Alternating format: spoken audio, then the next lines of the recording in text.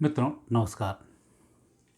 अभी बातें चल रही हैं, मोदी जी 74 वर्ष क्रॉस करके 75 वर्ष में पहुंचेंगे और नियम इनका ये बताया जाता है कि अघोषित रूप से नियम है कि 74 वर्ष के बाद बीजेपी या संघ वाले व्यक्ति को रिटायर्ड कर देते हैं। ये खाली अघोषित रूप से नियम है, कोई नियम लिखित रूप से बनाया गया नहीं है। और राजनीति में विशेष रूप से जब विपक्ष कमज़ोर पड़ जाए तो ऊट-पटांग की बातों को अधिक तूल देना शुरू करता है। खड़गे जी हों, खुद 80 प्लस हैं, शरद पवार खुद 80 प्लस हैं, फारूक अब्दुल्ला खुद 80 प्लस हैं, सोनिया गांधी खुद 80 की होने वाली हैं। तो ऐसे कई सारे नेताओं की लिस्ट है बड़ी, जो खुद उस रेंज से बाहर हैं, लेकिन दूसरे व्यक्ति पर उनका एक निगाह लगी रहती है। पहली स्थिति। दूसरी स्थिति ये कि इन सब परिस्थितियों को यदि हम देखें तो उम्र राजनीति में मायने नहीं रखती है, क्योंकि यहाँ पर यदि आप इस लायक नहीं हैं तो जनता वोट देती है, आपको जनता हरा देती है। आप लायक हैं तो जनता आपको चयन करती है। तो एक स्थिति यहाँ पर ही आती है, यदि आप योग्य हैं, आप काम कर रहे हैं, जनता आपको चुनेगी और आप आगे आ जाएंगे। ये सीधा सिद्धांत काम करता है। तो उन सिद्धांतों को देखते हैं, इसलिए पूरी दुनिया में कहीं भी, मुझे तो एकाध राष्ट्र में कुछ नियम पहले बने थे वो भी हटा लिए गए। तो उम्र का कोई बंधन कहीं भी नहीं है राजनीति में। नौकरी वगैरह में अवश्य ही इसकी आवश्यकता होती है, कहीं 60 साल है, कहीं 62 साल है, पर नौकरियों में भी कई कर्मचारी ऐसे हैं 50 के बाद किसी काम के नहीं, 55 के बाद काम के नहीं, और कई ऐसे हैं जो 60 के बाद भी काम के हैं। तो वो एक अलग नौकरी का मैटर होता है। पर राजनीति में जहाँ आप सतत संघर्ष कर रहे हो तो वहाँ एक तो ये बात मायने नहीं रखती कि क्या होगा और क्या नहीं होगा। अब दूसरी स्थिति हम यदि देखते हैं कि भारत के भविष्य में मोदी जी की क्या उपयोगिता है, या मोदी जी की कुंडली क्या बोलती है, वो इस लेवल पे कहाँ पहुँच पाएंगे। तो हम भारत के भविष्य को यदि हम देखते हैं तो भारत अभी चंद्र की महादशा में चल रहा है सितंबर 2025 तक, और उसके बाद मंगल की महादशा प्रारंभ होगी। मंगल में मंगल का अंतर 4-5 महीने रहेगा। तो सितंबर अक्टूबर से लेकर फरवरी मार्च तक थोड़ी सी परेशानी मोदी जी को हो सकती है। वो भी पक्ष विपक्ष खुद ही के पार्टी के लोग उठापटक करना शुरू करें तो ये स्थिति वहाँ पर दिखाई देती है भारत की कुंडली के अनुसार। लेकिन मोदी जी की खुद की कुंडली को देखते हैं तो मोदी जी का मंगल और चंद्रमा लग्न स्थान पर विराजमान है, और मंगल की महादशा मोदी जी की जो चली है 30 मई 2025 से मंगल में चलेगा बुध मई 2026 तक। तो ये जो समय मई 25 से मई 26 तक का, तो यहाँ भी मंगल में बुध थोड़ा सा मोदी जी के लिए बहुत फेवर वाला नहीं है, लेकिन हटाने वाला भी नहीं है। यह उन्हें संघर्ष करना पड़ेगा। और चूँकि राजनीति में इतनी सारी चालें चलते चलते ये लोग इतने निपुण हो जाते हैं कि उसका बहुत अधिक कोई असर पड़ने वाला नहीं है। और यही स्थिति बनती है मई 26 के बाद में। मई 26 के बाद तो फिर मंगल अपने आप इतना एक्टिव होगा कि इनको 2028 तक तो हराना मुश्किल ही जाएगा, और वो स्थिति लगातार इनके साथ बनी रहेगी। जब 28 तक आप पहुंचोगे तो 28 के बाद चुनाव भी आने वाला है, और जब वहाँ चुनाव आएगा तो फिर मोदी जी की आवश्यकता पड़ने वाली है। और दूसरी स्थिति, अभी बीजेपी के पास मोदी जी जैसा सेल्फ स्टार्ट नेता योगी के अलावा दूसरा दिखाई नहीं देता है। तो यहाँ ये भी कुछ नहीं कर पाएंगे। और ये भी संघ जानता है कि यदि एक बार मोदी हटे और विपक्ष कहीं सत्ता में बैठा तो फिर इनकी क्या दुर्गति होनी है, क्योंकि इन्होंने वो कार्यकाल देखा है इंदिरा गांधी वाला, जिसमें कि हाथ के नाखून भी खींच लिए गए थे और कई दिनों तक भूखों मारने की प्लानिंग, डंडे पिटाई, ये सब उनने आपातकाल में देखा है। तो वो स्थिति इनके साथ कभी भी घटित हो सकती है। इसलिए भी ये ना योगी को छेड़ेंगे ना मोदी को छेड़ेंगे। तो ये राजनीतिक रूप से स्थिति यहाँ पर ये बनती है कि मजबूरी में मोदी को इनको झेलना पड़ेगा। और मोदी जी की कुंडली में ये स्थिति बनती है कि मजबूरी हो चाहे कैसा ही हो, वो व्यक्ति जब से बैठा है तब से मजबूरी से ही शुरुआत हुई है। पहली बार जैसी विधानसभा जीते पहली बार मुख्यमंत्री बने, जैसी पहली बार सांसद जीते पहली बार प्रधानमंत्री बने। तो ये व्यक्ति भी कोई ऑर्डिनरी योग लेके पैदा हुए वाले व्यक्तियों में से नहीं है। इतने सारे राजयोग इनके पास बने हुए हैं कि उन राजयोग के दम पे ही आगे बढ़ जाएंगे।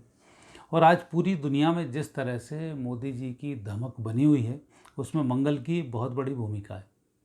और मंगल वाला व्यक्ति स्वयं योद्धा होता है, तो युद्ध लड़ना भी जानता है, युद्ध कौशल भी जानता है, और उसके जितने भी अंगरक्षक होते हैं सब भी मजबूत होते हैं। तो वहाँ पर जो स्थिति बन रही है वो स्थिति मोदी जी के फेवर में है कि 2025 के सितंबर के बाद उन्हें कोई हटाने वाला नहीं है। हाँ, ये बात अलग है कि आने वाले समय में लोग राष्ट्रपति की कवायद लगा रहे हैं, तो मोदी जी सब पदों पर रहेंगे ये तो योग बनता है, और उसका संन्यास भी ग्रहण करेंगे ये भी पत्रिका में योग बनता है। तो वहाँ स्थिति तो ये बनती है। और दूसरा भी, जिस तरह से लोग नाम बताते हैं कि मोदी जी के अल्टरनेट के रूप में कई सारे लोगों को संग लेके बैठा हुआ है, तो जितने भी लोग बैठे हुए हैं ये कहीं ना कहीं से भ्रष्टाचार में रचे बसे लोग हैं।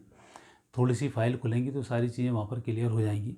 तो इसलिए इतना बड़ा रिस्क संघ भी नहीं लेगा कि ऐसे लोगों को वहाँ बिठाया जाए। और सेल्फ स्टार्ट वाली बात है तो मुझे लगता है कि गडकरी जी एकमात्र ऐसे व्यक्ति हैं जो थोड़े से सेल्फ स्टार्ट हैं और वहाँ आ सकते हैं। लेकिन संगठन क्षमता की बात की जाए तो संगठन क्षमता इनमें नहीं है, उनका राहु कमज़ोर है। व्यक्तिगत रूप से बहुत अच्छा काम कर लेंगे, संगठन के लिए बहुत अच्छा काम कर लेंगे, लेकिन लोगों को जोड़ के रखना और इस प्रकार के ताने बाने को बुनना ये उनके बस की बात नहीं है। जरा से उखड़ जाएंगे, चेहरे पे दिख जाएगा। मोदी जी के चेहरे पे जरा सा भी नहीं दिखाई देता। अभी बंगाल का निर्णय लिया, बांग्लादेश हमारे यहाँ का न एयरपोर्ट यूज़ कर सकता न कुछ कर सकता है। अब 2 दिन पहले ही यूसुफ मिल के गए हैं, उनके चेहरे से नहीं लगा इतना बड़ा निर्णय लेने वाले हैं। तो जिसके चेहरे से नहीं लगे वो व्यक्ति ही राजनीति का राजनेता होता है। और गडकरी जी के चेहरे पर हर चीज़ दिख जाती है, फटाफट गुस्सा हो रहे हैं तो गुस्सा दिख जाएगा, प्रेम से दिख जाएगा। मोदी जी कब किसको निपटा दें सूरत ही समझ में नहीं आती। पाकिस्तान को बिना कुछ पाकिस्तान का नाम बोले भुखमरी पे ला के खड़ा कर दिया, जबकि खुद मिलने गए, सारे काम कर रहे हैं, जो काम उन्हें करना था कर लिया, बाद में निपटा दिया, पाकिस्तान को पता भी नहीं पड़ा। कांग्रेस पार्टी को फुटपाथ पे ला के रख दिया, बिना राहुल गांधी का नाम लिए, बिना सोनिया का नाम लिए, बिना प्रियंका का नाम लिए, नाम नहीं लिया और निपटा के रख दिए। ये राजनीति का बहुत बड़ा गुण होता है। पूरी दुनिया में मुस्लिम कंट्रीज़ एक होकर भारत के खिलाफ जा रहे थे, अब आधी से ज़्यादा मुस्लिम कंट्रीज़ तो उनके पक्ष में ही आ गई और बिना किसी का विरोध किए सारे काम कर डाले। चीन जैसा दादा जिसके कारण सब घबराते थे भारत के लोग, जब डेकलाम वगैरह का विवाद हो रहा था तब पूरे भारत में यही चल रहा थी कि मोदी जबरन उलझे जा रहा है चीन से और चीन भारत को निपटा देगा। लेकिन अल्टीमेट आज स्थिति क्या है? आज चीन फुटपाथ पे, शेयर ट्रेडिंग देखो आप, अमेरिका ने भारत की दोस्ती निभाई और चीन को फुटपाथ पे ला दिया, भुखमरी पे लेके आया। तो ये जो राजनीतिक षड्यंत्रकारी जो चालें होती हैं ये मोदी और योगी के अलावा दूसरा कोई व्यक्ति नहीं कर सकता। और विशेष षड्यंत्र तो मोदी के अलावा दूसरा कर ही नहीं सकता इस प्रकार के कि कुछ ना करते हुए भी सब कुछ कर डाले। ये टेक्निक अभी भारत में किसी के पास नहीं है। योगी जी तो साफ साफ हैं, बात करना करो, नहीं करना तो अलग, वहाँ अपनी व्यवस्थाएं कर रहे हैं। तो वो उनके कलेवर की आवश्यकता हुई 2029 के बाद, ऐसे व्यक्ति की 2029 के बाद आवश्यकता। लेकिन 2029 तक प्लेटफॉर्म को तैयार करना, भारत की विजय को दिलाना, भारत के बारे में बताना, सनातन के बारे में बताना, इन सब की आवश्यकता है मोदी जी की। और वो उनकी कुंडली भी बता रही है, ये लाख सिर पटक के रह जाएंगे, कोई भी कुछ नहीं कर पाएगा और वो व्यक्ति अंत में वहाँ पहुँचेगा और देश दुनिया का उद्धार करेगा। और भारत की कुंडली में भी अब समापन है, सनातन की विजयश्री की यात्रा 2032 से शुरू होने वाली है। तो उससे पहले ऐसे लोग आएंगे जो उस विश्व विजय में भारत के साथ रहेंगे। तो उनमें योगी जी भी हैं, मोदी जी भी हैं। इस तरह से अब संघों को मेहनत करनी है तो मध्य प्रदेश के मुख्यमंत्री को बदलने में करें, राजस्थान के मुख्यमंत्री को बदलने में करें, ये किसी काम के नहीं आ रहे हैं। अगला चुनाव होगा, चुनाव हार जाएंगे, तो यहाँ आपको कद्दावर मुख्यमंत्री लाना पड़ेगा जिसका खुद का दिमाग चलता हो, सेल्फ स्टार्ट हो। दूसरे के दम पे बैठकर काम करने में नहीं हो पाएगा। और अभी कुछ देखी भी घटनाएं घटी हैं, कोई रिजल्ट नहीं आया, जनता के अंदर आक्रोश है। इसको देखोगे और नया योगी मोदी तैयार करोगे तो बारूद खर्च करो, लेकिन मोदी योगी को हटाने बारूद खर्च कर रहे हो तो वो बहुत गलत काम है आपका। तो अब नए योगी और मोदी तैयार करने की तरफ आगे बढ़ना चाहिए। तो इसमें आडवाणी जी की सहायता जरूरी है। वो व्यक्ति एक ऐसे हैं, उन्होंने जितने लोगों को आगे बढ़ाया वो देश के लिए बहुत अच्छा उन्होंने काम किया। तो इसलिए ऐसे लोग आगे काम आएंगे, तो उसमें थोड़ी सी मेहनत करेंगे तो बेहतर होगा। अन्यथा इन दो में यदि ये नेगेटिव रूप से जैसे मार्केट में खबरें आ रही हैं कि संघ इनको हटा रहा है, उनको बिठा रहा है, तो वो गलत साबित हो जाएगी और उसमें नुकसान ही देश का होगा, सनातन संस्कृति का होगा।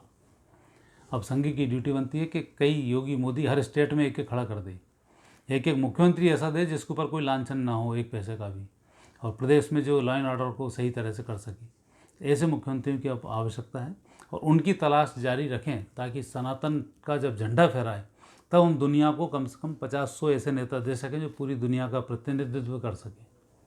अब हमें पूरी दुनिया को देने वाले नेता चाहिए, भारत और प्रदेश लेवल के नेता नहीं चाहिए।